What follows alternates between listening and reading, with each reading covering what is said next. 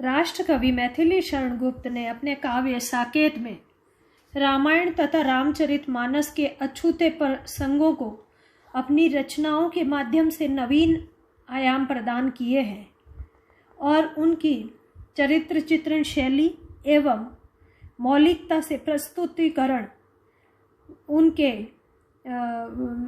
अद्वितीय स्थान प्रदान करता है। उन्होंने साकेत अपने महाकाव्य साकेत में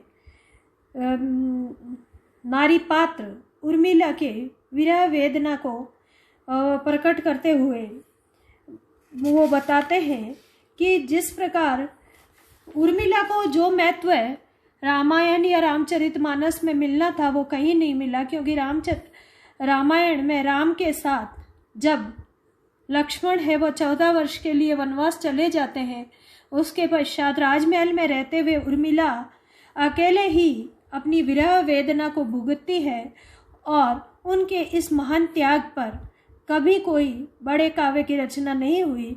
लेकिन मैथिली शरण गुप्त ने सदैव अपने काव्य में इन्हीं उपेक्षित नारी चरित्रों को अपने काव्य में महत्वपूर्ण स्थान दिया है।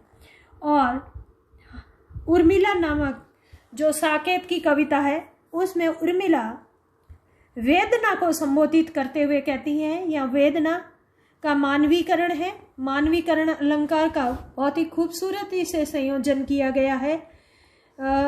उर्मिला कहती है, वेदने तू भली बनी, यानी वह वेदना पीड़ा का वर्णन करते हुए कहती है कि विरह वेदना तुम बहुत अच्छी हो। पाई मैंने आज तुझी में अपनी चाह घनी, चाह यानी चाहत, घनी यानी अत्यधिक, कि मेरा हृदय में अपने प्रियतम लक्ष्मण के प्रति जो अत्यधिक प्रेम है उसको मैंने वेदना पीड़ा तुम्हारे आने के कारण समझ में आया कि मैं उन्हें कितना प्रेम करती हूँ।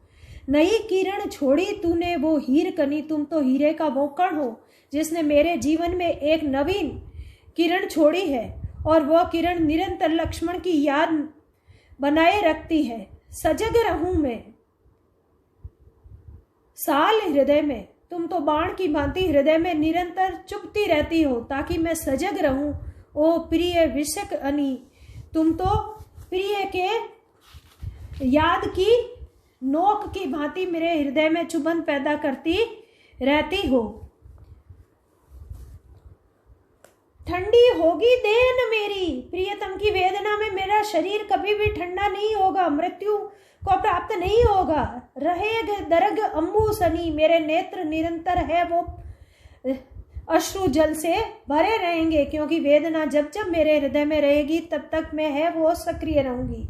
तू ही उसे उष्ण रखेगी मेरी तपन मणि, तुम तो मणि की भांति तपन मणि हो, मेरे शरीर की उष्णता रखोगी, मेरे प्राण बनाए रखोगी।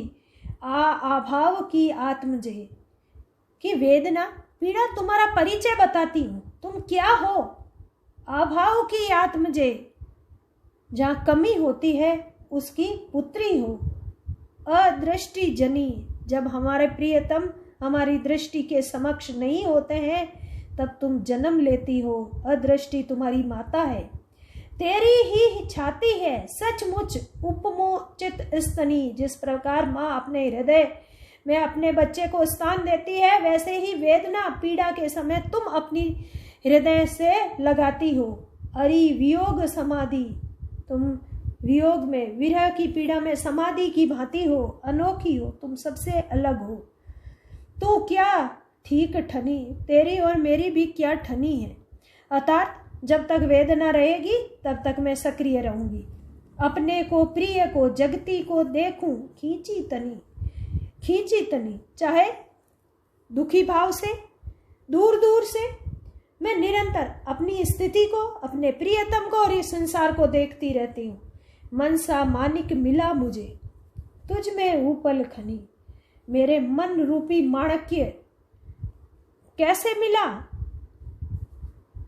इसीलिए तू वास्तव में रत्नों की खान है, जिसके भीतर माणक्य जैसा कि मेरा मन है वो माणक्य के समान अनमोल है, मुझे अब मालूम चला है। तुझे तभी छोड़ू सजनी, पाऊं प्राण धनी, कि हे वेदना, तेरा साथ मैं कभी नहीं छोड़ूंगी।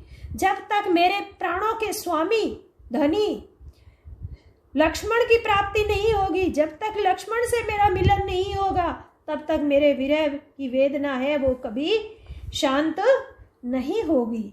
यानी इस प्रकार उर्मिला वेदना के माध्यम से वेदना को अत्यधिक प्रिय बताते हुए अपने विरह की पीड़ा की मार्मिक अभिव्यक्ति करती है। धन्यवाद।